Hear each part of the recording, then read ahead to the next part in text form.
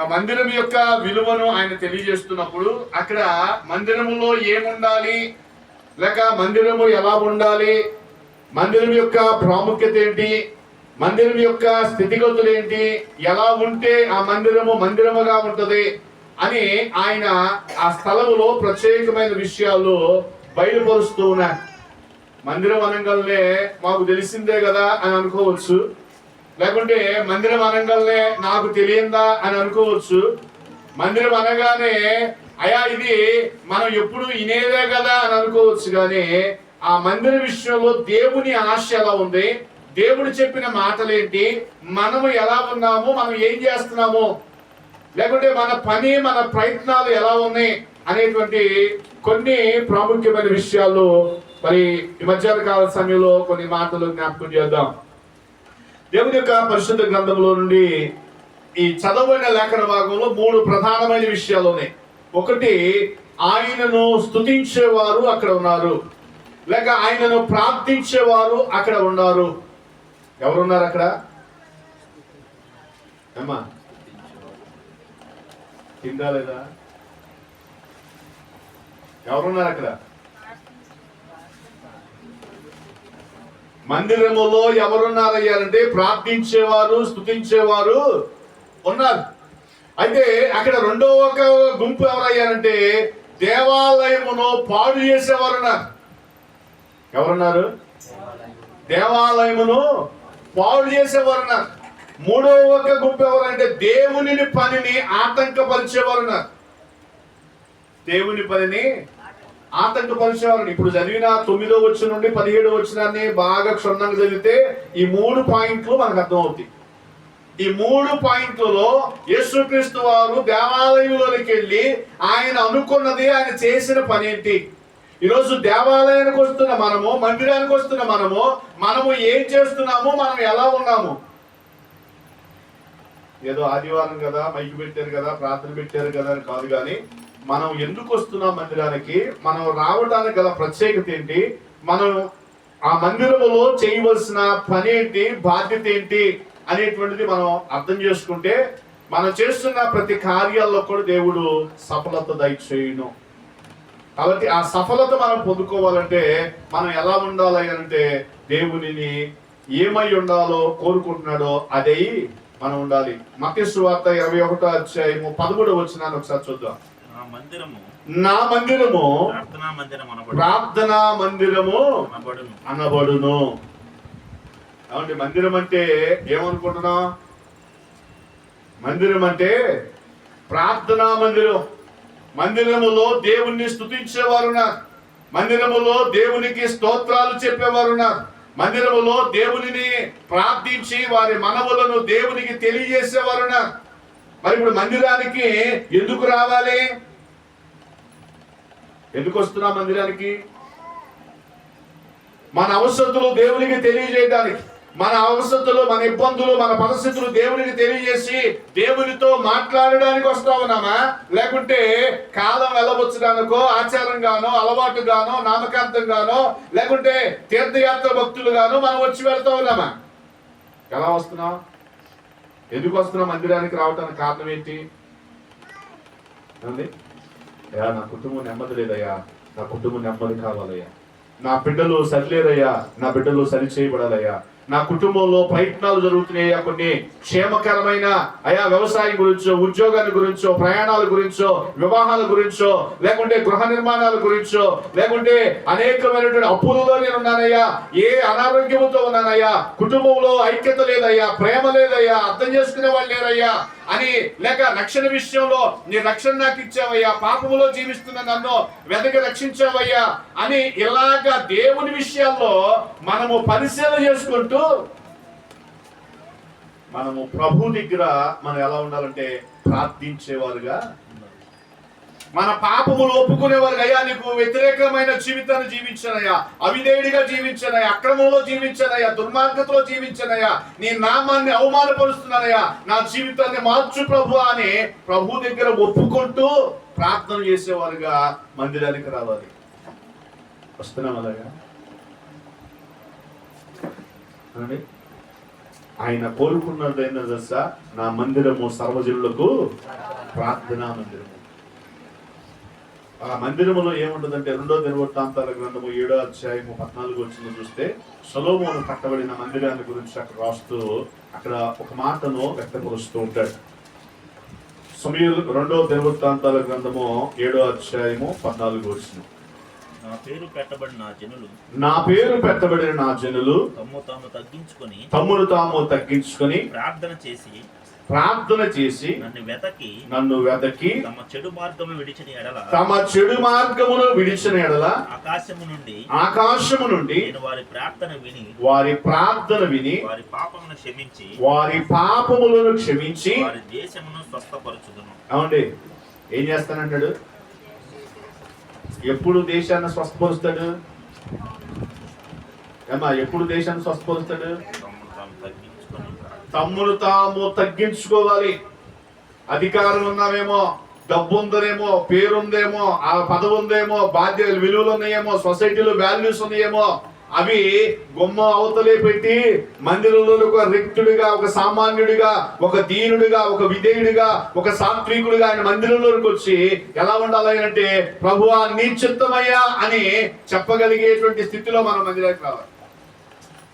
మందిరంలో కూడా నీ అధికారం, మందిరంలో కూడా నీ పెత్తనం, మందిరంలో కూడా నీ బలం, మందిరంలో కూడా నీ యొక్క అహంకారం ఉంటే మన ప్రార్థన ఆలకించడు.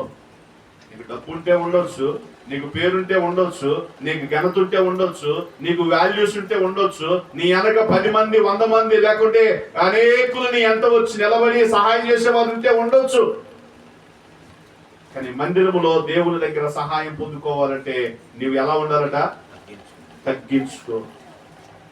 ఎప్పుడైతే దేవుని దగ్గర నువ్వు తగ్గిస్తావో, ఎప్పుడైతే దేవుని దగ్గర విధేయుడిగా ఉంటావో, దేవుని దగ్గర లోబడి ఉంటావో, దేవునిని వెతికేవారుగా ఉంటావో, అప్పుడు దేవుడు మన స్థితిని మార్చడానికి ఇష్టపడతాడు. మన స్థితిని మార్చడానికి ఇష్టపడతాడు.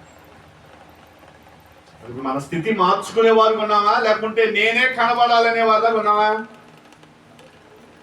అంటే ఎలా ఉంటున్నా? మందిరానికి వచ్చే మనం ఎలా ఉండాలి? మందిరానికి వచ్చే మనం ఒకసారి మీకు చెప్పే ఉంటా, సాంబారు బిర్యానీయో వండుతూ ఉంటాం కదా. సాంబార్లో మంచి సాంబార్ పొడి, మంచి ములక్కాయలు, మంచి సొరకాయలు, క్యారెట్, తర్వాత దొండకాయలు అన్నీ వేస్తారా? అన్నీ వేసి మొత్తం కూడా పప్పు కూడా బాగా మెదిపేసి పప్పు ఇచ్చేస్తారు. ఇచ్చేసి భోజనాలు ఇచ్చేటప్పుడు ఆ భోజనంలో సాంబార్ పోస్తారు. ఉప్పు కారం వేస్తాము, నూనె వేస్తాము, తాలింపులు వేస్తారు, అన్నీ వేస్తారుగా. వేస్తారా? కానీ టేస్ట్ ఎక్కడి నుండి వస్తుంది? ములక్కాయలు కనపడ్డాయి, సాంబార్ కనపడ్డాయి, టమాటాలు కనపడ్డాయి, ఉల్లిపాయలు కనపడ్డాయి, అన్నీ కనపడ్డాయి. ఉప్పు ఏడుంది?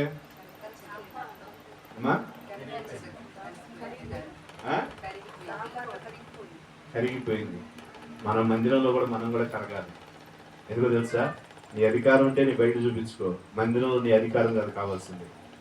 మందిరంలో నీ డబ్బు కాదు, నీ పదవి కాదు, నీ బాధ్యత కాదు, నీ ఇష్టం కాదు కావాల్సింది.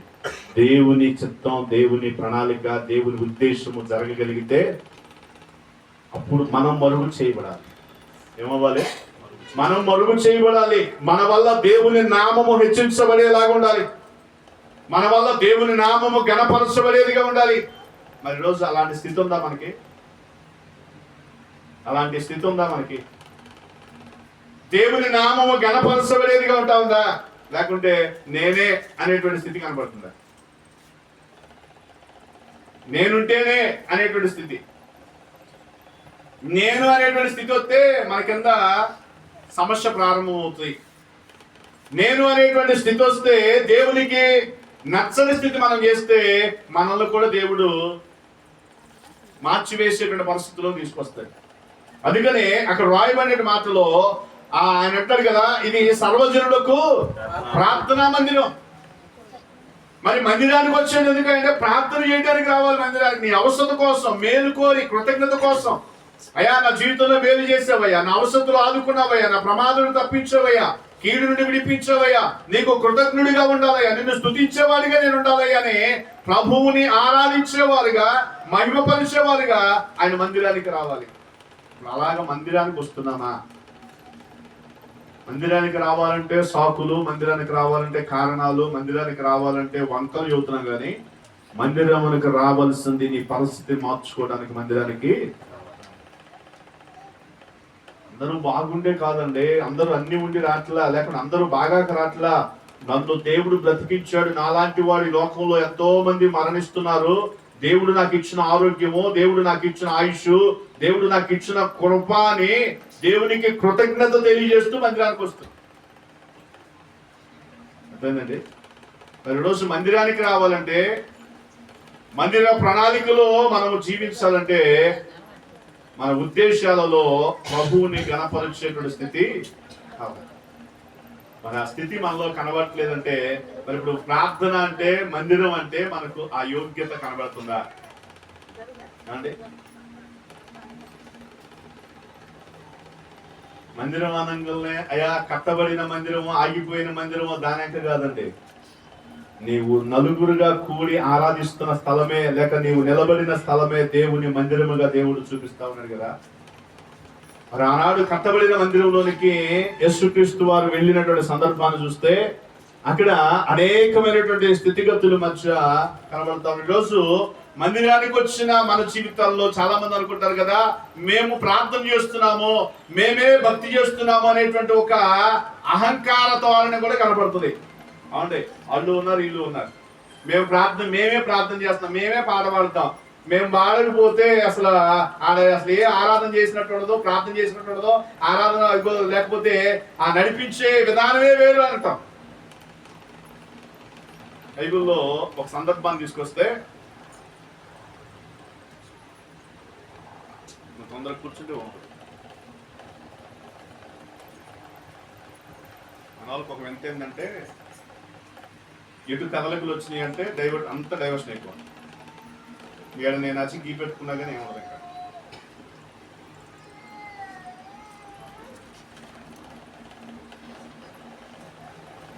మందిరానికి వచ్చేటువంటి వారు ఆలోచన ఏంటంటే, లేక మందిరానికి రాని వారికి ఉన్నటువంటి ఆలోచన ఏంటంటే, బైబిల్లో ఒక ఉపమానం కనపడుతుంది. యేసుక్రీస్తు చెప్తారు, ఒక పరిసయ్యుడు దేవాలయంలోనికి వచ్చి ప్రార్థన చేస్తున్నాడు. ఏమని ప్రార్థన చేస్తున్నాడు? అయ్యా, నేను వారానికి 2 రోజులు ఉపవాసం ఉంటున్నాను, నేను పుదీనాలోను సోపులోను నేను దర్శన భాగం ఇస్తున్నాను, నేను నీ సన్నిధిలో ముమ్మారు ప్రార్థన చేస్తా ఉన్నాను, ఇదిగో ఈ శంకర వలె అని ఎదుటి వారిని ఏలెత్తి విమర్శించేటువంటి మనస్తత్వం ఎవరికి ఉంది? పరిశీలికు. ఎక్కడుండి ప్రార్థన చేస్తున్నాడు? దేవాలయంలో ఉంది. ఇప్పుడు మనకు కూడా అలాంటి వ్యక్తిత్వం ఉందా? నేనే ప్రార్థన, నేనే పాట, నేనే వాక్యం. ఈరోజు వాక్య జ్యోతులు నేనైనా కానీ నేనే పెద్ద విశ్లేషణ చేసిన వాడిని కాదు, నాకు తెలియదు, నేను నేర్చుకుంటాను. నాకు దీనిలో అంటే ఆ తర్వాత ఎందుకు కూడా అర్థం కాదు. దేవుడు బయలుపరుస్తుంది, దేవుడు చెప్పమన్నది, దేవుని ప్రణాళికలో ఏది ఇవ్వాలో అది ఇస్తున్నది మేము ముందుకు తీసుకొస్తాం. దీనిలో బైబిల్లో వాస్తవానికి 0లో 0 నేనైతే, కానీ దేవుడు ఇచ్చినటువంటి మాట ఏదైతే ఉందో అది మీ ముందుకు తీసుకురావడానికి సిద్ధపడతా ఉన్నా. కానీ ఈయన మాట్లాడుతున్న మాట ఏంటి తెలుసా? అయ్యా, నేను దర్శనం భాగం ఇస్తున్నాను, వారానికి 2 రోజులు ఉపవాసం అంటున్నా. అంటే ఎవరికి ఏం చెప్తున్నాడు ఆయన? తను తాను తగ్గించుకొని ప్రార్థన చేయమంటే ఈయన తగ్గించుకొని ప్రార్థన చేస్తున్నాడా, హెచ్చించుకొని ప్రార్థన చేస్తున్నాడా? మందిరానికి వచ్చే మనం జ్ఞాపకం చేసుకోవాలి. నేను ప్రార్థనకు వచ్చే వాళ్ళని తప్పు పడతలేదు. ఒకవేళ అలాంటి అహంకార ధోరణి, ఒకవేళ అతిశయము మనలో ఉంటే మనము దాన్ని తీసివేసుకోవాలి. అది మంచిది, మనకు మేలు అది. ఎందుకంటే ప్రార్థన చేసే మనం, వాక్యం చెప్పే నేను, పాట పాడే నేను, నడిపించే నేను, పరిచయం చేసే నేను, నాలో అహంకారం వస్తే చేసిందంతా కూడా 0 వేస్ట్, అది పనికిరాదు, డస్ట్బిన్ లో ఉంటుంది. దేవుడు దాన్ని లెక్క కూడా వేయడు, కౌంట్ కూడా చేయడు. నేను అనేటువంటి అహంకారం మనలో వచ్చిందంటే ఎందుకు పనికిరాదు కదా. అక్కడ అంటాడు కదా, ఇదిగో నా పేరు పెట్టబడిన నా జనులు మందిరంలోకి వచ్చి తమ్ము తాము తగ్గించుకొని నన్ను వెతకని ఎడలా అని అంటాడు. ఇప్పుడు తగ్గించుకొని చేయాల్సిన పని ఏంటంటే ఆయన అడగాలయ్యా, నాకు ఈ అవసరం ఉందయ్యా, నా కుమారుడు, నా కుమార్తె, నా ఇల్లు, నా వాకిలి, నా జీవితం, నా ఆత్మీయత, నా ఆధ్యాత్మికత, నా భక్తి, నా పరిశుద్ధతని దేవుని దగ్గర అడిగే విధానంలో దేవుణ్ణి అడుగుతూ ఉంటే దేవుడు మనలను ఆశీర్వదించడానికి ఇష్టపడతాడు.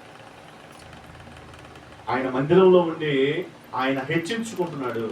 మందిరం వెలుపులుండి ఆయన ఉంటున్నాడు కదా, ఆకాశం వైపు కన్నులెత్తడానికి కూడా నేను ధైర్యము చాలదయ్యా, అతి యోగ్యత నాకు లేదు అని తన్ను తాను తగ్గించుకుని ప్రార్థన చేస్తున్నాను. ఇప్పుడు వెలుపులో ఉన్న వారి ప్రార్థన ఆలకించాడా, మందిరంలో ఉన్న ప్రార్థన ఆలకించాడా? మనోళ్ళు ఈ మాటలు చూసి అంటారు కదా, వాళ్ళు డైలీ ప్రార్థనకి వెళ్ళి ఏడుతున్నారు, వాళ్ళ ప్రార్థన కన్నా నేను ఇంట్లో చేసే ప్రార్థన ఆలకిస్తున్నాడు అనుకుంటారు. అంతేనా? మా తల్లులు అందుకేనా మందిరానికి రండి, అందుకేనా సాయంత్రం ప్రార్థనలకు రండి.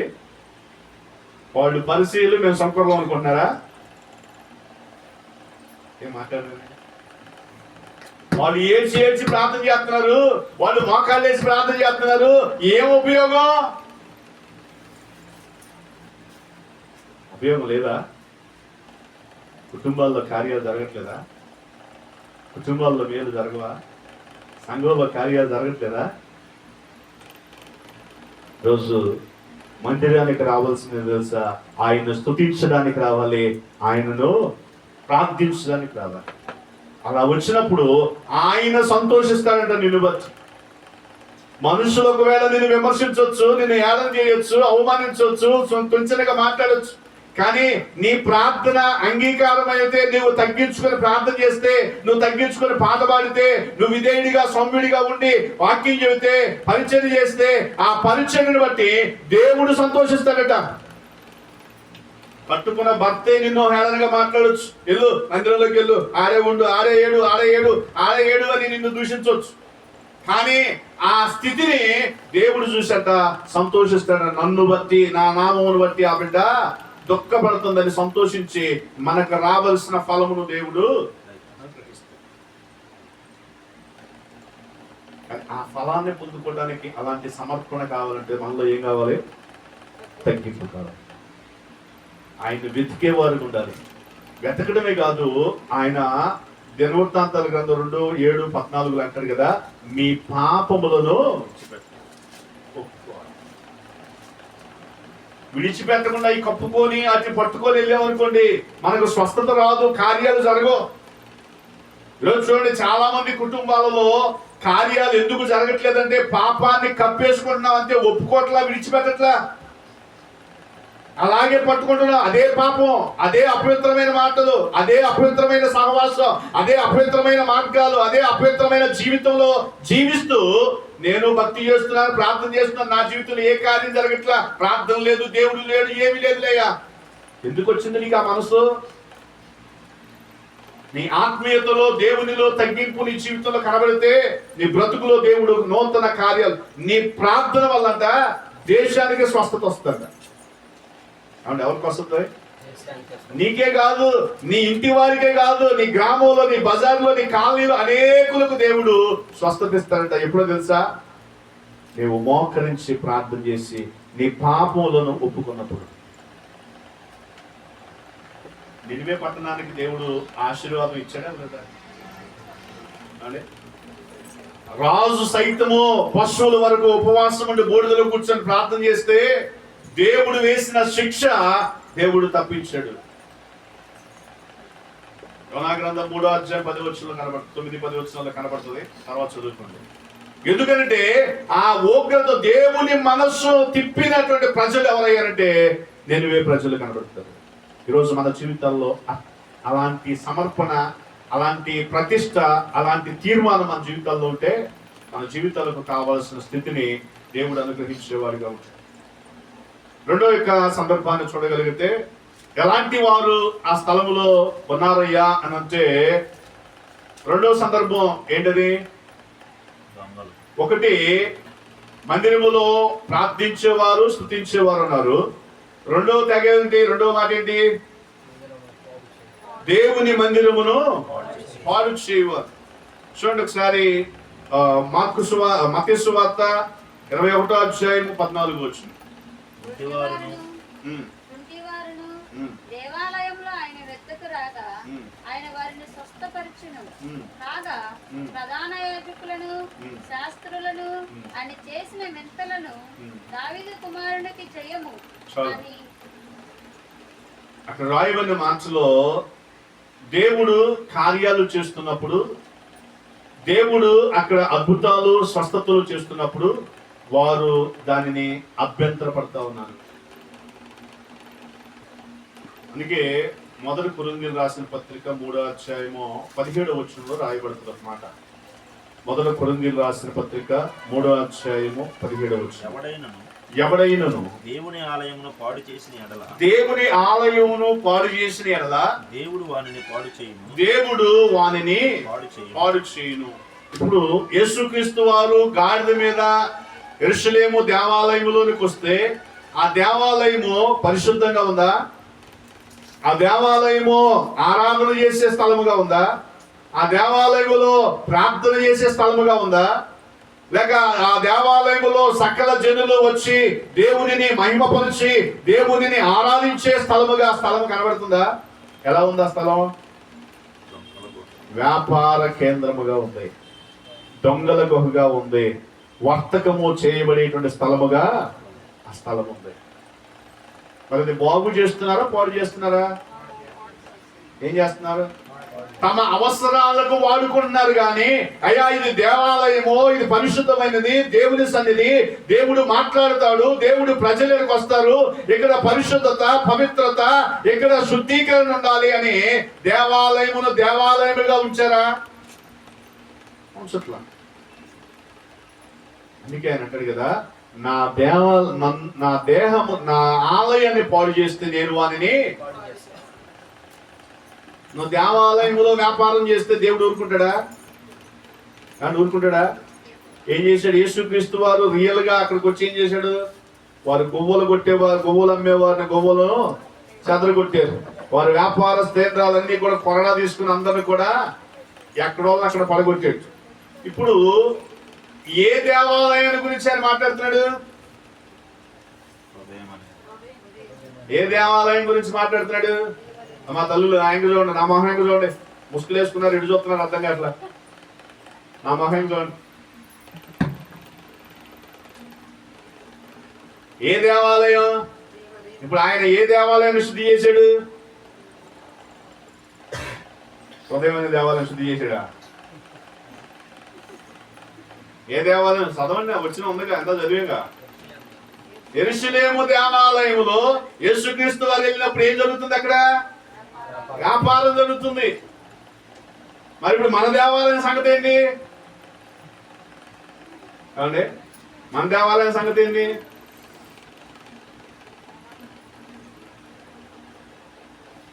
మన దేవాలయం ఎట్టుంది?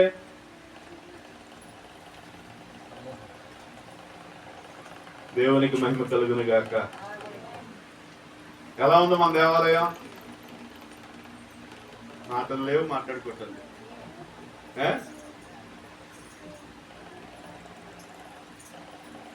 ఏ దేవాలయం అండి? మన దేవాలయం ఏది? మన దేవాలయం ఏది?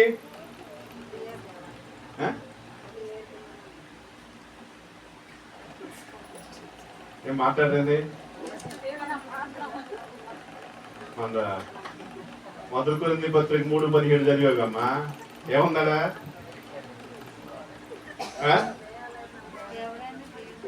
నేను ఆ కట్టడాన్ని గురించి నేను మాట్లాడుతున్నా. అదేంటండి, నీ దేహమే దేవుని ఆలయం అన్నాడు కదా. ఆ ఆలయాన్ని పాడు చేసిన వాడు నేను పాడు చేస్తానన్నాడు కదా. మరి నీ ఆలయము దేవుని ఆలయంగా పరిశుద్ధంగా ఉందా? అమ్మా చూడండి, నీ ఆలయము, నీ దేహం అనే ఆలయము దేవుడు నివసించే హృదయంగా ఉందా?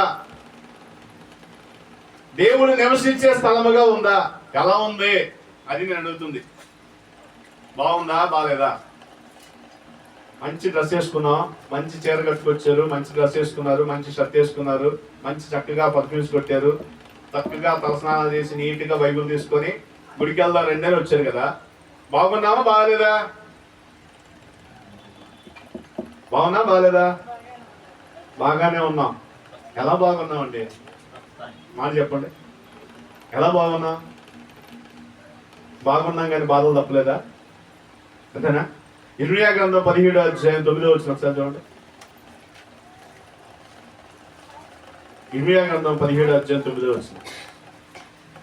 హృదయము అన్నిటికంటే మోసకరమైనది, అది ఘోరమైన వ్యాధి కలది. ఆడ వ్యాధి ఉందని అడిగండి, మనం ఎలా బాగుంటాం?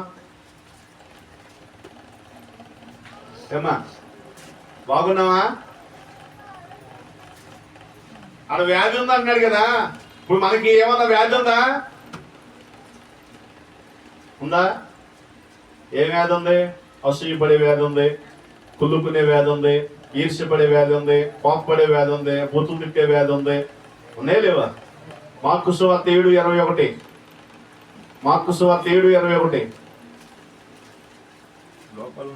లోపల నుండి అనగా మనుషుల హృదయములో నుండి. ఇందాక వ్యాధి ఉందన్నాడు చూసారా?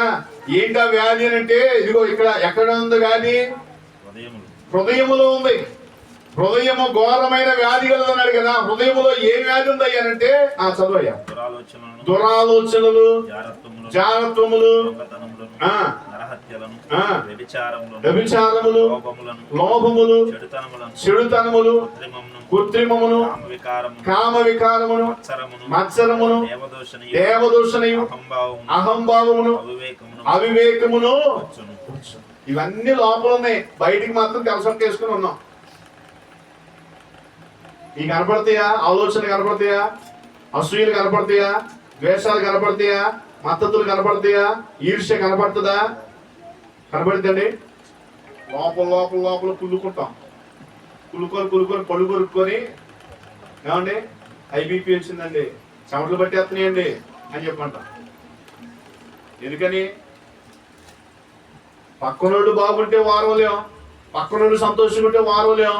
చూసిందల్లా మనకే కావాలి, మనకు నచ్చింది మనం దాన్ని తెచ్చుకోవాలి, అనుభవించాలనే ఆశలు ఎక్కువైపోయి, కోరికలు ఎక్కువైపోయి పాపానికి చుడుకున్నాం. కానీ అయ్యా, ఈ దేహము యేసుక్రీస్తును సొంత రక్షణకు అంగీకరించింది కదా, ఈ దేహములో దేవుడు నివసించాలి కదా, ఈ దేహములో దేవుని నివాస స్థలముగా నా హృదయం ఉండాలి కదా అని ఎప్పుడైనా భయం కలిగి ఉన్నావా? భయం కలిగి ఉంటే పారిపోతామండి పాపం చూసి.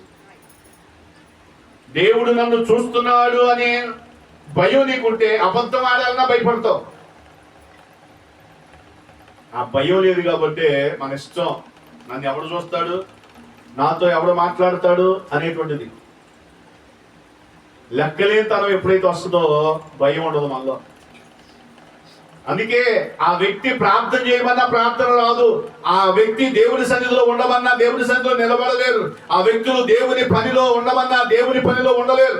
లోకం మీద ఉన్న ప్రయాస, లోకం మీద ఉన్నటువంటి ఆశ, లోక కార్యాల మీద ఉన్న ఆతృత దేవుని పని మీద, దేవుని కార్యాల మీద కనబడదు. ఈరోజు మరి మనం ఎలా ఉన్నామో ఒకసారి జ్ఞాపకం చేసుకోండి. దేవుడు పాడు చేస్తే బాగు చేయడం ఎవడ సాధ్యం కాదు అని డాక్టర్లు కాదు కదా, ఏ వైద్యుడు వల్ల కూడా కాదు. దేవుడు పాడు చేస్తే, దేవుని చేత పాడు చేయబడకుండా ఉండాలంటే దేవునికి విధేయులుగా మనం మారాలి. ఎందుకంటే నీవు క్రీస్తు రక్తములో కరగబడిన వ్యక్తివి, క్రీస్తును స్వరక్తం ఇచ్చి సంపాదించిన సంఘములో చేర్చబడ్డ వ్యక్తివి. నీ ప్రవర్తన జాగ్రత్త, నీ మాట జాగ్రత్త, నీ చూపు జాగ్రత్త, నీ తలంపులు జాగ్రత్త, నీ సహవాసం జాగ్రత్త, నీ యొక్క ఆలోచనలు జాగ్రత్త. నా ఇష్టం అని వెళ్ళామనుకోండి, తర్వాత కష్టమే. ఇంకా 108 కూడా పనికిరాదు అంటారు. అంతేగా డాక్టర్లు కూడా చెప్పే మాట ఏంటంటే, ఇంక లేదండి, మా ప్రయత్నం మేము చేస్తాం, ఇంక మేము చేయగలిగింది ఏమీ లేదు. దేవుడు కొడితే అలా ఉంటుంది దెబ్బ. దేవుడి చేత కొట్టించుకోవడం కాదు, దేవునికి విధేయులమైతే పశ్చాత్తాపడితే దేవుని కనుదృష్టి మన మీదకి వస్తుంది. అందుకే దేవాలయములకు వచ్చి అక్కడ శాస్త్రులు పరిశీలన చూసి ఆయన వారి వర్తకాన్ని వారు చేస్తున్నటువంటి అన్నిటిని కూడా చెవర కొట్టేశారు. ఈరోజు క్రీస్తుని అంగీకరించిన నీ జీవితంలో, సంఘ సభ్యులుగా ఉన్న నీ జీవితం, నీ కుటుంబం ఎలా ఉంటుంది? దొంగల గుహగా ఉందా నీ ఇల్లు? నీ అంతరంగం దొంగలు నివసించేటువంటి స్థితిలో సలహాలు సూచనలు ఏ రీతిగా ఉంటావునే? ఏమండి, ఎలా ఉంటావునే?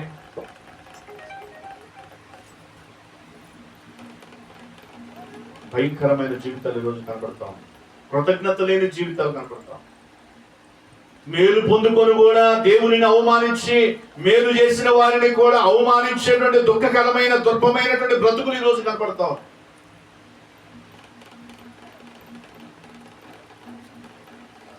ఎందుకో తెలుసా? దేవుని భయం లేదు. దేవుని భయం లేదండి. మనుషుల ముందు వంగి దండాలు పెడతాం, వందనాలు చెబుతాం, కానీ దేవుని భయం ఉంటే నీలో వెన్నులో ఎముకొస్తుంది, వణుకొస్తుంది. అదేనండి, మనుషుల ముందు కాదు, మనుషులు లేనప్పుడు, నువ్వు ఒంటరిగా ఉన్నప్పుడు నీ జీవితం ఏంటో అదే నీ ఒరిజినాలిటీ. భార్య లేనప్పుడు, భర్త లేనప్పుడు, తల్లిదండ్రులు లేనప్పుడు నువ్వు ఒంటరిగా ఉంటావు చూసావా, అది నీ ఒరిజినల్ బ్రతుకు.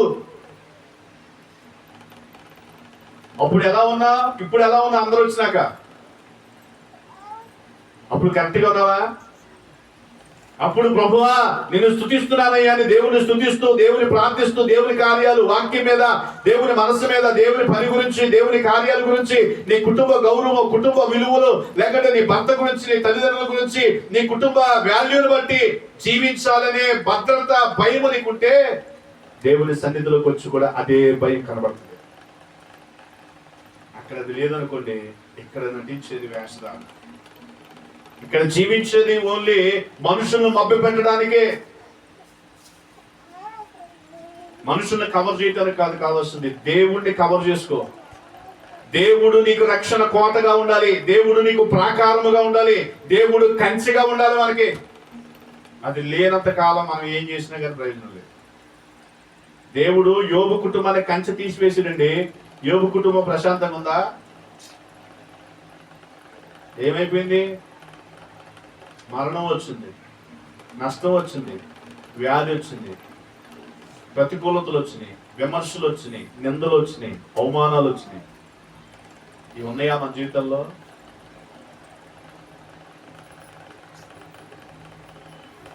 ఈరోజు కారణం ఏంటో తెలుసా? దేవునికి అయోగ్యంగా మన జీవితాలు మనము గడిపేటట్టు వారుగా ఉండకూడదు. దేవునికి అయోగ్యంగా మనం ఉండేటట్టు వారు ఉండకూడదు. అబ్రహాముకి ఆస్తి ఉందండి, అబ్రహాముకి ఐశ్వర్యం ఉంది, అబ్రహాముకి పేరు ఘనతలు ఉన్నాయి.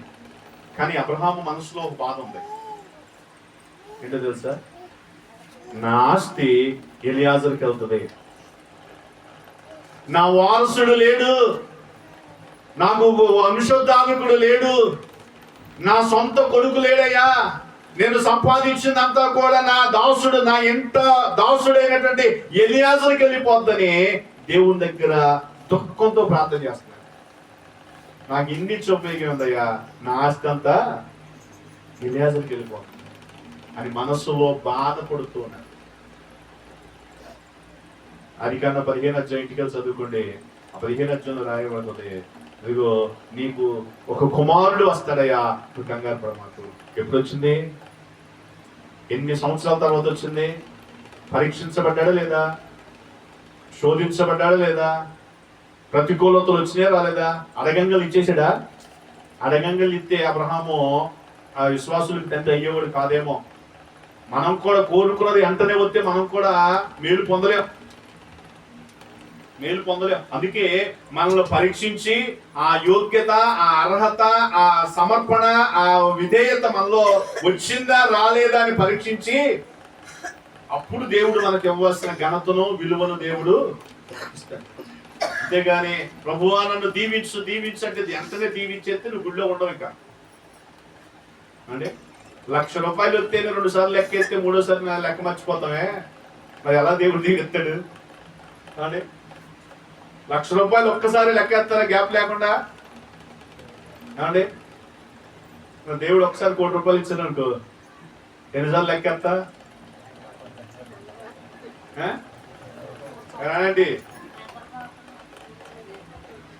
1 కోటి రూపాయలు ఇచ్చాడు అనుకో దేవుడు, ఆ స్థలం సంగతి నీకెందుకమ్మా, నేను ఎడుతున్నా, నీ ఇష్టం అని 1 కోటి రూపాయలు ఇచ్చాడు అనుకో దేవుడు.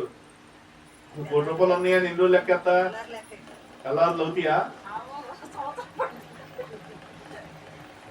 మరి ఇప్పుడు మనం ఆశీర్వదించాలంటే మన ప్రిపరేషన్ ఉండాలా లేదా? సిద్ధపరచాలా లేదా? మరి అబ్రహామును వెంటనే కుమారుడు ఇచ్చాడా? వాగ్దానం చేసిన వెంటనే కుమారుని ఇచ్చాడా? చెప్పలేదు. మరి మనం కోరుకున్నది వెంటనే అవ్వాలంటే ఎలా అవుతుంది?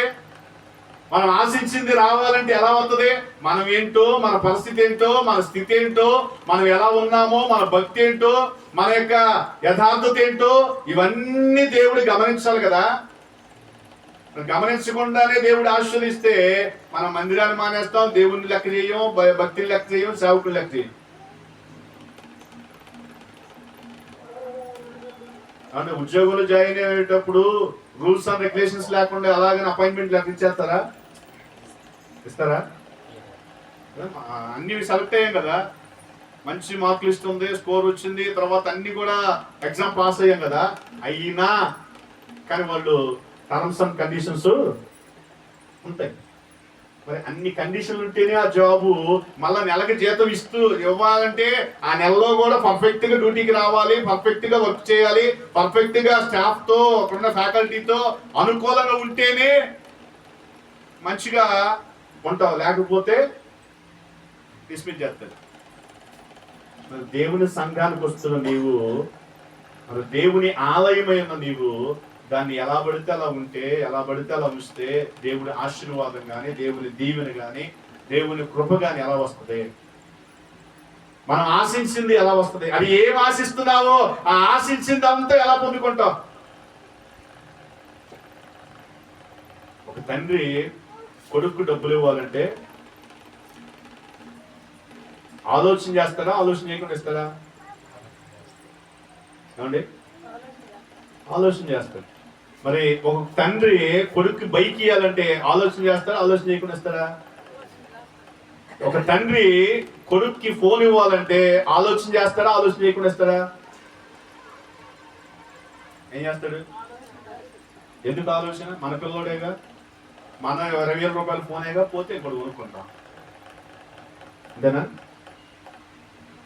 ఆలోచన ఎక్కడ ఉంటుందో చెప్పండి. ఆలోచనతో ఇస్తే ఆ పద్ధతి వేరుకుంటుంది. అనాలోచనగా వాడు గొడవ తట్టుకోలేక ఫోన్ ఇస్తున్నాం అంతే, ఆలోచన చేసి ఇట్లా. అవును, నిజం చెప్పండి. ఆలోచన చేసి ఇస్తున్నావా? వాడు నోరు మూయించడానికి ఇస్తున్నావా? అయ్యా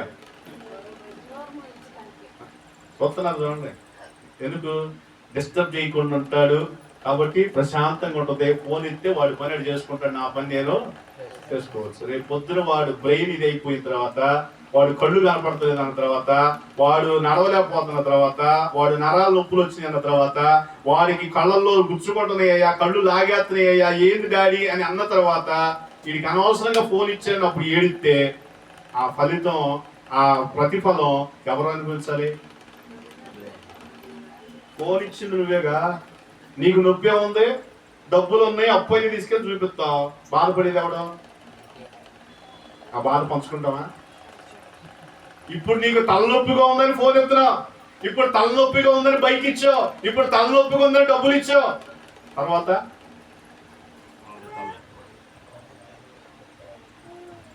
ఇప్పుడు దేవుడు కూడా అడిగినల్లా ఇచ్చేస్తే మనం ఉంటామా? ఆ పాయింట్ తీసేయడానికి నేను ఎగ్జాంపుల్ చెప్పి ఫోన్, లేకపోతే ఈ ఫోన్ సంగతి నాకు అనవసరం. అదేనండి, అది ఫోన్ సంగతి అనేది మమ్మల్ని టార్గెట్ చేసేది అందరూ అనుకోవద్దు. దాని విషయాల్లో దేవునికి మహిమ కలుగును గాక. ఎందుకంటే నా ఆలయాన్ని పాడు చేస్తే నేను వానిని పాడు చేస్తాను. దేవుని చేత పాడు చేయబడ్డ వారిగా మనం ఉంటే మనం బాగు చేయడం ఎవరి వల్ల కాదు. ఆ కుటుంబం బాగుపడదేమో, ఆ కుటుంబం శాపములో ఆశీర్వాదము లేక, నెమ్మది లేక, అదే జీవితాన్ని అనుభవించేటువంటి జీవితాలు ఉంటాయేమో. అందుకే దేవాలయంలోనికి వెళ్ళి ఆయన కొరడా తీసుకొని అందరిని కూడా పారద్రోలాడు. ఎందుకో తెలుసా? ఇది నా సమస్త జనులకు ప్రార్థన. ఇక్కడ ప్రార్థన జరగాలి, ఇక్కడ దేవుని మహిమ ఉండాలి, ఇక్కడ స్వస్థత జరగాలి, ఇక్కడ అద్భుత కార్యాలు జరగాలి, ఇక్కడ దేవుని సన్నిధి ఉండాలి, ఇక్కడ దేవుని వాక్యము ధ్యానించేవారు ఉండాలి అని దేవుని ఆశ. మరి ఇప్పుడు దేవుని వాక్యాన్ని ధ్యానించేవారు ఉన్నామా, లేక దేవుని వాక్యాన్ని తృణీకరించి నా ఇష్టం నా బ్రతుకు అనేవారు ఉన్నామా? ఎలా ఉంటా ఉన్నాం? అంటే ఇక్కడ ఉన్న వాళ్ళు రోజుకు ఒక 5 అధ్యాయాలు వాక్యం చదివే వాళ్ళు ఉన్నారా? ఒక 5 అధ్యాయాలు రోజుకి, 2 అధ్యాయాలు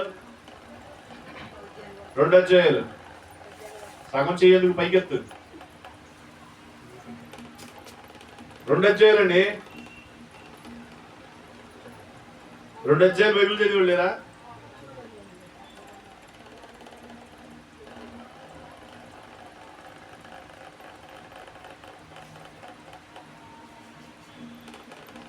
ఒక్కళ్ళే చేయెత్తారు, వాళ్ళు ఎక్స్పర్ట్ కాదు. మరి మనం పొద్దున్న లెగితే ఇంట్లో కూర్చుంటున్నాం, పొద్దున్న లెగితే చదువుకున్నాం, పొద్దున్న లెగితే అన్ని పనులు చేస్తున్నాం కదా. మరి ఒక్క గంట, ఒక 20 నిమిషాలు దేవుని సన్నిధిలో గడపలేకపోతే దేవుడు ఎలాగ మనల్ని ఆశీర్వదిస్తాడు? మరి ఇప్పుడు దేవుని ఆలయాన్ని పాడు చేస్తున్నామా, లేకుంటే దేవుని ఆలయాన్ని పరిశుద్ధపరుస్తున్నామా? వాక్యం మనలో లేకుండా, ప్రార్థన మనలో లేకుండా మన దేహం బాగుండాలంటే, హృదయం బాగుండాలంటే అది ఎలాగా? ఏమండి, ప్రతి నీ ప్రారంభ దినముతోనే దేవునితో ప్రారంభించని చెప్తుంటే, దేవుణ్ణి మానేసి హడావుడిగా లేచి, హడావుడిగా పనికెళ్ళి, హడావుడిగా డ్యూటీ, హడావుడిగా ఉద్యోగాలు, హడావుడిగా వ్యాపారాలు, హడావుడిగా కుటుంబం అని నీ పరుగులు తీస్తే, రేపు దినాన దేవుని దగ్గరికి వెళ్ళిన తర్వాత అలా ఏంది నీ సంగతి అని దేవుళ్ళు ఎక్కడికితే ఏమిస్తాం సమాధానం? అంటే ఏమిస్తాం సమాధానం? ఈ ప్రిపరేషన్ కోసమే కదా సంఘానికి వస్తుంది నీవు, ఈ సిద్ధపాటు కోసమే కదా దేవుని సన్నిధిలో రక్షించబడి మార్మల్స్ పొంది దేవుని బిడ్డగా మారింది. పాట పాడుతాం కదా, యేసు రాజుగా వచ్చుచున్నాడు, భూలోకమంతా తెలుసుకుంటారు.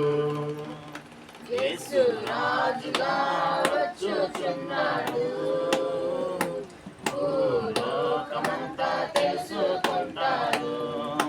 రామి కోటి తేజుడు, రమ్యమైన దేవుడు, రామి కోటి తేజుడు, రమ్యమైన దేవుడు, రారాజుగా వచ్చుచున్నాడు.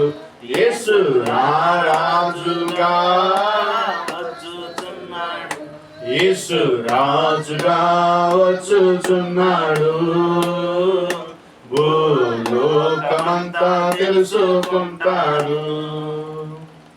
ఎందుకు వస్తున్నాడు దేవుడు?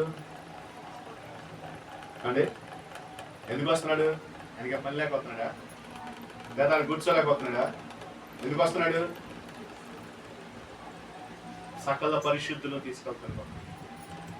ఆయన కొరకు శ్రమ పడేవారి కొరకు, ఆయన కొరకు హింసలు, ఆయన కొరకు బాధపడేవారు, ఆయన కొరకు నష్టపరుచుకున్నవారు, ఆయన కొరకు అవమానాలు అనుభవించేవారు, ఆయన కొరకు కష్టపడి ప్రయాసపడి అనేక మేలు కొరకెళ్తే కీడు అనుభవించేవాడు, దేవుని పని కొరకెళ్తే అవమానించబడి హతసాక్షులుగా మార్చబడి అనేకమైనటువంటి గలిబిలి జీవితాల్లో ఉండేవారిని ఆయన కొనిపోవడానికి మేఘారూపుడై. మరి ఇప్పుడు ఈ సమయంలో వచ్చి అయ్యా క్రీస్తు దేవుని ప్రార్థనా మందిరం వాళ్ళు రా రండి నా దగ్గరికి అని పిలిస్తే మనం ఎంతమంది వెళ్తాం?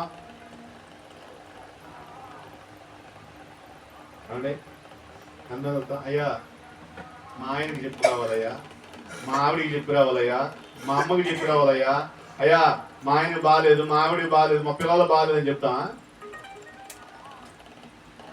అండి ఆ టైం ఉందా? ఎవడి రక్షణ వాడిదే. ఇద్దరు మంచంలో ఉంటే ఒకడే పోతాడు, ఒకడే ఉంటాడు. ఇద్దరు దారి వెళుతుంటే ఒకడే ఉంటాడు, ఒకడు వెళ్ళిపోతాడు. చెప్పి వెళ్తారా? ఎప్పుడు వస్తుందో తెలియదు కదా.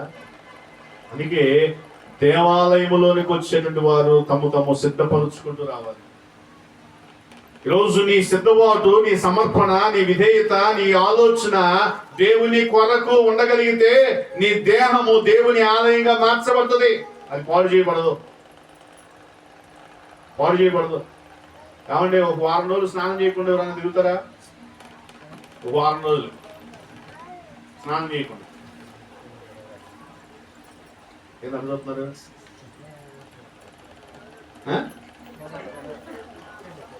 ఎందుకు లేదండి? సూపర్ ఉన్నారు, చూపిస్తా.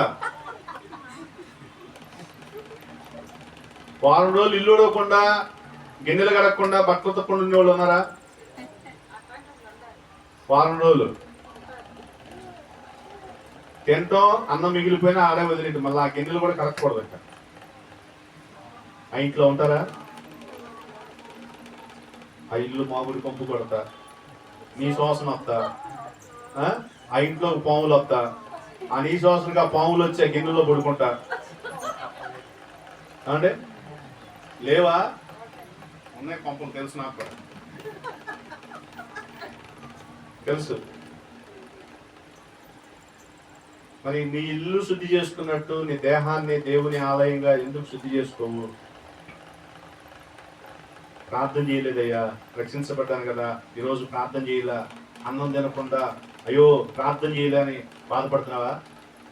ఈరోజు వాక్యం చదవలా, వాక్యం చదవకుండా అన్ని పనులు చేసుకున్నా క్షమించు ప్రభువా అని సరి చేసుకుంటున్నావా? ఈరోజు అనవసరంగా ఎదురువాన్ని తిట్టానయ్యా, ఎదురువాన్ని దూషించానయ్యా, అనవసరంగా నోరు జారినయ్యా అని క్షమాపణ చెబుతున్నావా? ఎదురువాణిని అవమానంగా మాట్లాడానయ్యా, క్షమించయ్యా, సమాధాన పరుచయ్యా అని ఎదురు పడినప్పుడమ్మా నేను తొందరపడ్డాను క్షమించని సమాధాన పడే మనసు ఉందా? ఎలాగండి మన దేహం బాగుపడేది? నువ్వు వస్త్రాలు వేసుకుంటే కాదు, పర్ఫ్యూమ్స్ కొడితే కాదు, మంచి విలువైన స్నానం చేస్తే రోజుకు 3 సార్లు 4 సార్లు స్నానం చేస్తే కాదు శుద్ధి అయ్యేది. నీ అంతరంగాలు వాక్యముతో శుద్ధి చేయబడాలి. నీ అంతరంగములు తగ్గింపుతో దేవుని దగ్గర నీ పాపములు ఒప్పుకొని శుద్ధి చేసుకోవాలి. అప్పుడు దేవుడు నీ హృదయాంతరంగంలోనికి వచ్చి, దేవుడు నీ మనస్సులోనికి వచ్చి, దేవుడు నీ యొక్క మాటకు విధేయత చూపేవారు. అప్పుడు నిన్ను దీవించడానికో, ఆస్వాదించడానికో, అభివృద్ధి పరచడానికో దేవుడు వస్తాడు. లేకపోతే పాడు చేస్తుంది. మూడవ భాగాన్ని చూద్దాం. మూడవ భాగం ఏంటి? మొదటిది ఏంటిది? యేసుక్రీస్తు వారు దేవాలయంలోకి వచ్చినప్పుడు ఏం జరిగింది? ఎక్కడో ఎవరున్నారు? అక్కడ దేవుణ్ణి స్తుతించేవారు. దేవాలయంలో ఎవరున్నారు అంటే స్తుతించేవారు, ప్రార్థించేవారు ఉంటారు. అక్కడ ఎవరు కనబడ్డారు? రెండో సందర్భంలో ఎవరున్నారు? దేవుని మందిరమును పాడు చేసేవారు ఉన్నారు. మూడవది దేవుని పనిని ఆటంకపరిచేవారు ఉన్నారు. దేవుని పనిని ఆటంకపరిచేవారు, అభ్యంతర పడేవారు ఉన్నారు. చేద్దామంటే వద్దులే, అంతెందుకు అది జాలులే, ఇదెందుకు అది జాలులే. ఏమండి అయ్యా దేవుని పనేయా నిలబడదాం అని అంటే ఎందుకంటే అంత అవసరం? కుటుంబ ప్రార్థనలు అమ్మ, భోజనాలు పెట్టండి అమ్మ అంటే వాళ్ళు చేసి ఇల్లు చేసేది అంటాం, కానీ నేనేం చేయాలయ్యా అని అడుగుతామా? అదేమనంటేనేమో పాస్టర్ గారు అలా చేయమన్నాడు కాబట్టి అలా చేసామా? అడిగావా?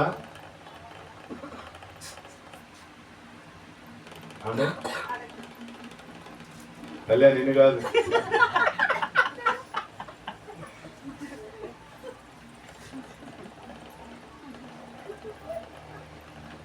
ఆటంకపరిచే వారికి దేవుడు ఒక బహుమానం ఇస్తున్నాడు.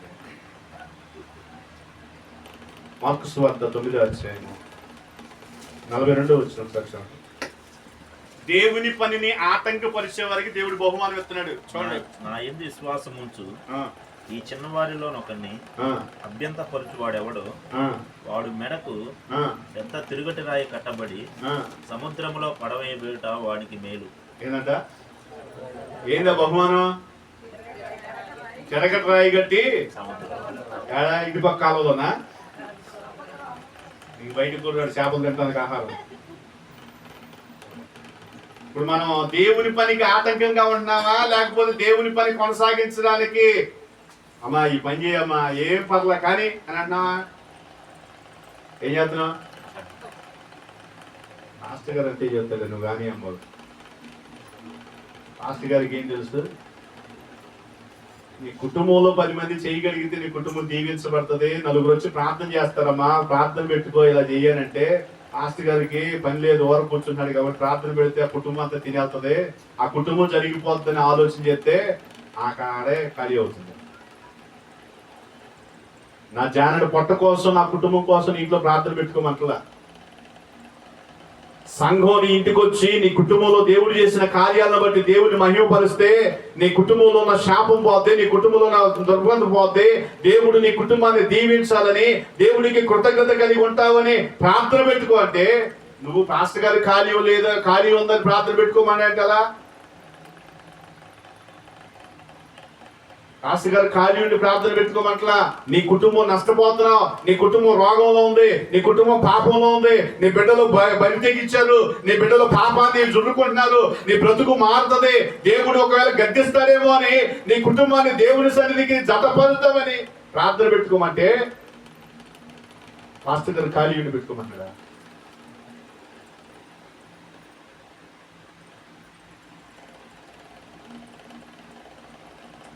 అభ్యంతర పరుస్తున్నావేమో జాగ్రత్త. అది ఇంట్లో అయినా సంఘంలో అయినా, ఇంట్లో అయినా సంఘంలో అయినా. దేవుని పని చేసే వాళ్ళని కూడా ఆపుతున్నాం, దేవుని పని చేసే వాళ్ళని కూడా ఆపుతున్నాం. నువ్వు ఏవో చేసే వాళ్ళనే చేయి. వాళ్ళు పిల్లలు చదవండి ఒకసారి మత్తయి సువార్త 21వ అధ్యాయము 15వ వచనం. కాగా ప్రధాన యాజకులను, శాస్త్రులను ఆయన చేసిన వింతలను దావీదు కుమారునికి జయమని దేవాలయములో కేకలు వేయుచున్న చిన్న పిల్లలను చూసి కోపముతో మండిపడి వినుచున్నావా? చూడండి, పిల్లలు దేవుడు చేసిన కార్యాలను చూసి దేవుని స్తుతిస్తుంటే అక్కడున్న శాస్త్రులు పరిసయ్యులు కాబట్టి అక్కడ ఉన్న పెద్దలు చేస్తున్న పని ఏంటంటే వాళ్ళ మీద కోపపడి వారిని అభ్యంతర పెడుతున్నారట. సీనియర్ విశ్వాసులు ఉన్నారా? సీనియర్ విశ్వాసులు ఉన్నారా? ఒకసారి చెప్పే ఉంటారు, కొత్తగా ఇద్దరు విశ్వాసులు మందిరంలోకి వచ్చేది, బాగా అందరికన్నా ముందే వస్తున్నారు, చర్చి ఉడుతున్నారు, సాపులేస్తున్నారు, నిలువు మొక్కలు వేసి ప్రార్థన చేస్తున్నారు, పాట పాడేటప్పుడు ఉద్యోగంగా చప్పట్లు కొడుతున్నారు, కంజరు కొడుతూ ఉన్నారు.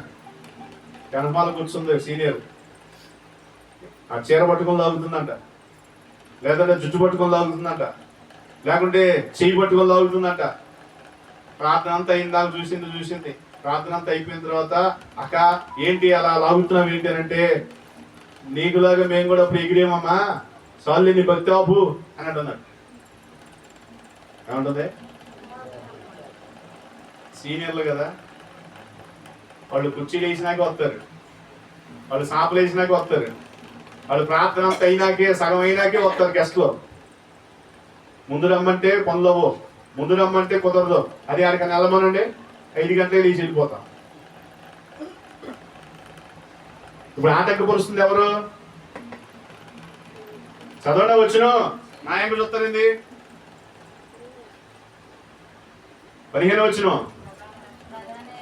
ప్రధాన యాజకులను శాస్త్రులను.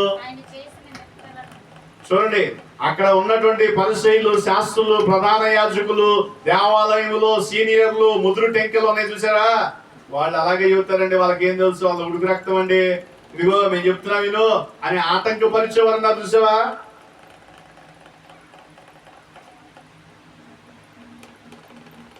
అన్నావు ఆటంకంగా అండి. ఆటంకం ఉంటే దేవుడు గిఫ్ట్ చేస్తున్నాడు. అది నేను ఆటంకం ఉన్నా నాకు గిఫ్ట్, అది ఇంకా లేదు, ఇక జీవితంలో కోలుకునేది లేదు. ఆ గిఫ్ట్ వచ్చిందంటే ఇంకెందుకు పనికిరాము. దేవుని పని నీ వల్ల, నీ కుటుంబం వల్ల సాధ్యపడేలాగా ప్రయత్నం చేయగలగాలి. దేవుని పనిలో నీ సహకారము, సాయశక్తుల ప్రయత్నం చేయగలిగేటువంటి స్థితిని నువ్వు ఇవ్వగలిగినప్పుడు దేవుడు ఒక నూతన కార్యాలను దేవుడు మన పక్షాన్ని చేసేవాడు ఉంటాడు.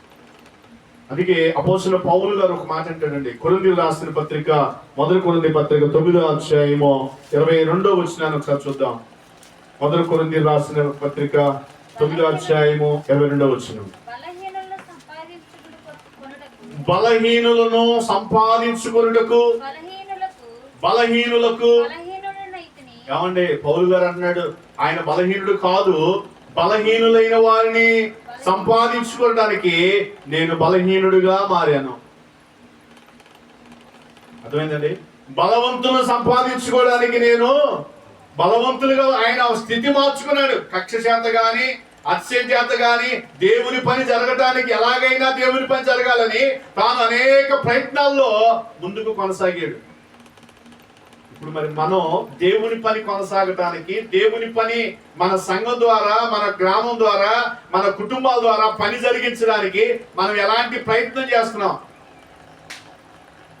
ఒక్క ఆత్మనైనా మన కుటుంబం ద్వారా రక్షించడానికి సాధ్యపడుతుందా? ఒక్క వ్యక్తినైనా మన కుటుంబం ద్వారా రక్షణలోకి నడిపించడానికి ఉపవాసం ఉంటున్నావా, కన్నీరు కాలుస్తున్నావా, ప్రయాసపడుతున్నావా, మనం ఖర్చు అవుతున్నావా? ఏమన్నా అవుతున్నామండి? వచ్చే వాళ్ళు మనమే, వాళ్ళు అలాగే చెప్తారు, వెళ్తులే ఊరు వెళ్దాంపా, సత్తుపల్లి వెళ్దాంపా. మీటింగ్ పెట్టిన రోజే, ప్రార్థన పెట్టిన రోజే, ఆదివారం రోజే పనులు వస్తాయి.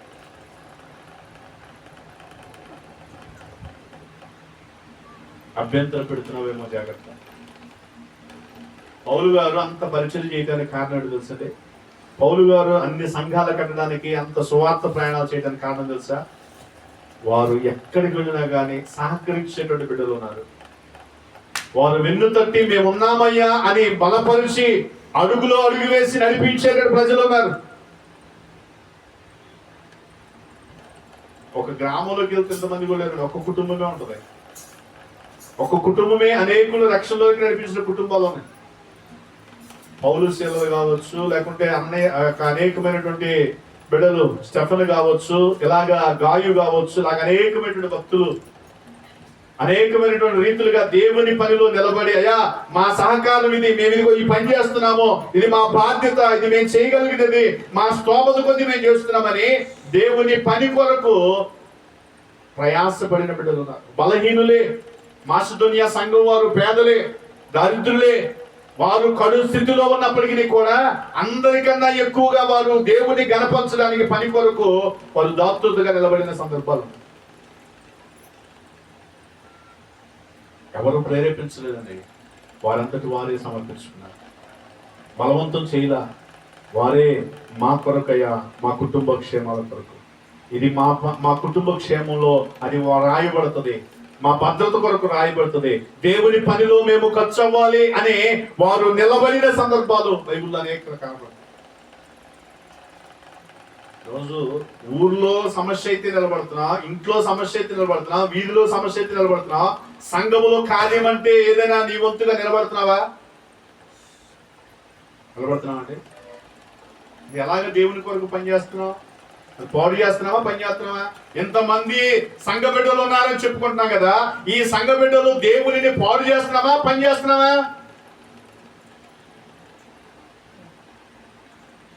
ఆదివారం అటెండ్ అవటమే కాదండి, సంఘంలో నా పని ఏంటయ్యా, సంఘంలో నా బాధ్యత ఏంటయ్యా, సంఘంలో నేనే నిర్ణయం తీసుకోవాలి ప్రభు అని నీ వడంబడిక దేవుని దగ్గర తీసుకోగలవా?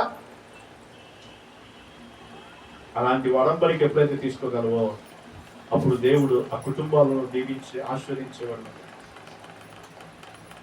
ఆ కుటుంబాలకు కావాల్సిన స్థితిని దేవుడు అనుగ్రహించేటువంటి వాడిగా ఉంటాడు. ఎందుకంటే ఆయన అతిశయించేటువంటి ప్రతి విషయంలో కూడా దేవుడిని బట్టి అతిశయించేవాడిగా. ఇంకొక మాట చెప్పి దేవుని మాటలు ముగించుకుందాం. రోమపత్రిక 14:13. రోమపత్రిక 14:13. కాగా మనమే ఇక మీదట ఒకరినొకడు తీర్పు తీర్చకుందుము. ఇదియుగాక సహోదరునికి అడ్డమైనను ఆటంకమైనను కలగజేయకుందుమని మీరు నిశ్చయించుకొనుడి. ఎవరికంత ఆటంకం? ఎవరికి ఆటంకంగా ఉన్నాం? సహోదరునికి ఆటంకంగా ఉన్నాం, సహోదరునికి అభ్యంతరంగా ఉంటున్నాం, సహోదరునికి అడ్డుపడే వారు ఉంటున్నాం. తీర్పు తీర్చడానికి వెళ్తున్నాం కానీ ఎవరికి ఏమి తీర్పు తీరుస్తున్నామో కూడా అవగాహన లేకుండా తీర్పు తీరుస్తున్నాం. ఈరోజు కుటుంబ స్థితులు జ్ఞాపకం చేసుకోండి. కుటుంబాల్లో ఎలా ఉంటా ఉన్నాయి? ఒకరినొకరు ఆటంకపరుచుకునే వారు ఉంటున్నాం, ఒకరినొకరు అభ్యంతరాలు చెప్పుకునే వారు ఉంటున్నాం, ఒకరినొకరు కారణాలు వెతికే వారు ఉంటున్నాం, ఒకరినొకరు విమర్శలు ప్రతికూలతలోనికి చెప్పుకునే వారు ఉంటున్నాం. కానీ అయ్యా అది మా కుటుంబము, మా కుటుంబ గౌరవం కొరకు, మా కుటుంబ విలువ కొరకు, మా కుటుంబ ఇదిగో ప్రాధాన్యత కొరకు మేము నిలబడుతున్నాము, మా సంఘ గౌరవం కొరకు మేము నిలబడుతున్నామని తీర్పు తీర్చుకొనకుండా పని కొరకు నిలబడగలిగిన వ్యక్తులుగా మనం ఉంటున్నామా? కుటుంబంలోకి వెళ్తేనేమో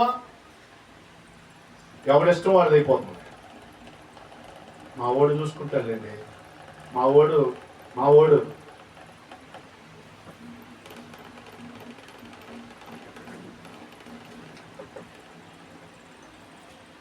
ఒక సంవత్సరం క్రితం మా తాతయ్య చనిపోయాడు. అంటే మా నాన్న వల్ల చిన్నాన్న కొడుకు.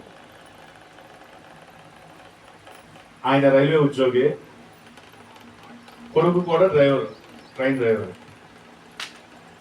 ఇంకో కొడుకు, పెద్ద కొడుకు అగ్రికల్చర్లో చేస్తాడు.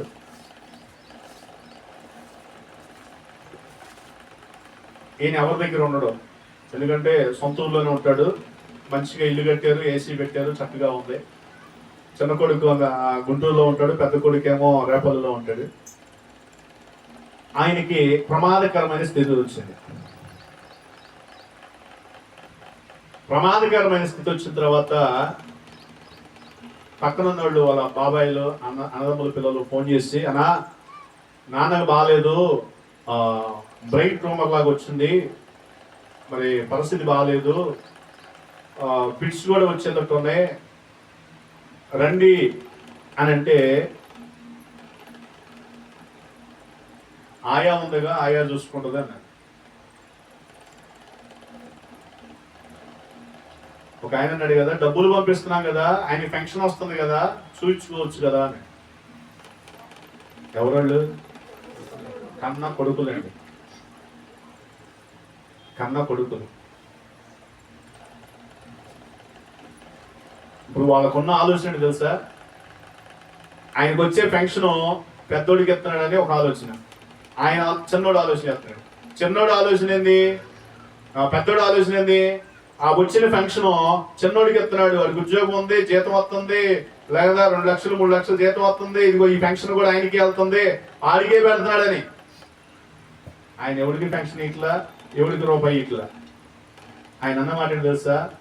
ఓయా నా కొడుకులు నన్ను చూడరు, నా కొడుకులు నన్ను చూడరు, ఈ డబ్బులుంటే ఏ అనామకుడైనా వచ్చి నన్ను చూస్తాడు, ఏ రోడ్డు పోయేవాడు ఇదిగో ఈ ఆయమ్మను చూడమన్నాగా నన్ను చూస్తుంది, కాబట్టి డబ్బులు సేఫ్ గా పెట్టుకుంటానయ్యా అని ఆ రోజే చెప్పాడు ఆయన. ఎందుకంత ధైర్యం నీ కొడుకుల మీద అంటే, నా కొడుకుల సంగతి నాకు తెలుసయ్యా అని. కానీ ఒక కొడుకు వచ్చాడు, కష్టపడ్డాడు, కష్టపడి కష్టపడి కష్టపడి ప్రయాసపడి చివరికి నింద అనుభవించి ఆ చివరికి మనస్సు ఎలా మారిపోయిందో తెలుసా? చూసినోడికి ఏం పెట్టలేదు, చూసి ఆ ఎత్తిపోసి కష్టపడినోడికి ఏం పెట్టలేదు, ఓరకు వచ్చినోడికి పెట్టేసాడు, చచ్చిపోయాడు. అదేమంటే రాసిచ్చాడు ఆయన అడుగుపోవాలి. రాయుడిని మాట తెలుసా? మన తీర్పు తీర్చేటప్పుడు ఎలా తీర్పు తీర్చాలి?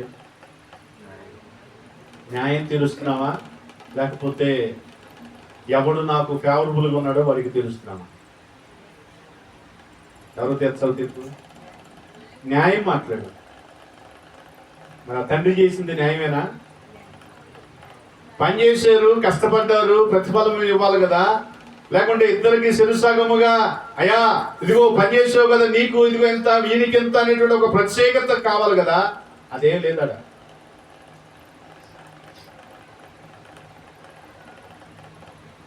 ఈరోజు అందుకే తీర్పు తీర్చే విషయంలో జాగ్రత్త. మీ ఇంట్లో ఉన్నటువంటి బిడ్డలకు కూడా తీర్పు ఎలా తీరుస్తున్నావు? ఒకరినొకలాగా చూసావనుకో, రేపు నువ్వు మంచాన్ని పెడితే ముత్తేసేవాడు కూడా ఉండవు. అదేనండి, అందుకే జాగ్రత్త. నీకున్నది కొంచెం నీ కొరకు దాచుకోగలిగితే రేపు పొద్దున్న నిన్ను చూడటానికి వస్తారు. ఏం లేకపోతే ఎవరు రారండి. ఏమి లేకపోతే కట్టుకున్న భర్త రాడు, కన్న పిల్లలు కూడా రారు. ఇంకేంటంటే మానం, మర్యాద, గౌరవం కోసం ఒగ్గమింకొని చూసేటువంటి వారు ఉంటారు. ఇంక వాళ్ళు ఏంటంటే ఇంకేం చేస్తా, ఇక నలుగురిలో బరువు పోకుండా కాపాడుకోవాలని చూసేవాళ్ళు ఉంటారు. కన్నాం కాబట్టి, తల్లి కాబట్టి, తండ్రి కాబట్టి, కుమారుడు కాబట్టి అని చూసేవాళ్ళు ఉంటారు. నేను వాళ్ళ గురించి మాట్లాడుతున్నా. రోజు తీర్పు తీర్చే విషయంలో జాగ్రత్త. నువ్వు ఎలా తీర్పు తీరుస్తున్నావు? ఒకరికొకడు ఏమై ఉండమంటున్నాడు? అభ్యంతరం కాకుండా చూసుకోండి. అభ్యంతరం పడితే దేవుడు సముద్రములో ఆయనకి తెరగట్టి రాయి కట్టి సముద్రములో పడవేయమంటున్నాడు. రోజు ఎలాంటి స్థితిలో ఉన్నామో మళ్ళీ మనం జ్ఞాపకం చేసుకుందాం, మళ్ళీ మనం పరిశీలన చేసుకుందాం. దేవుడి మాటలు తన వీటిలో భద్రపరుచినట్లుగా యేసుక్రీస్తు వారు పరీక్షలకు ఆటంకంగా నిలబడి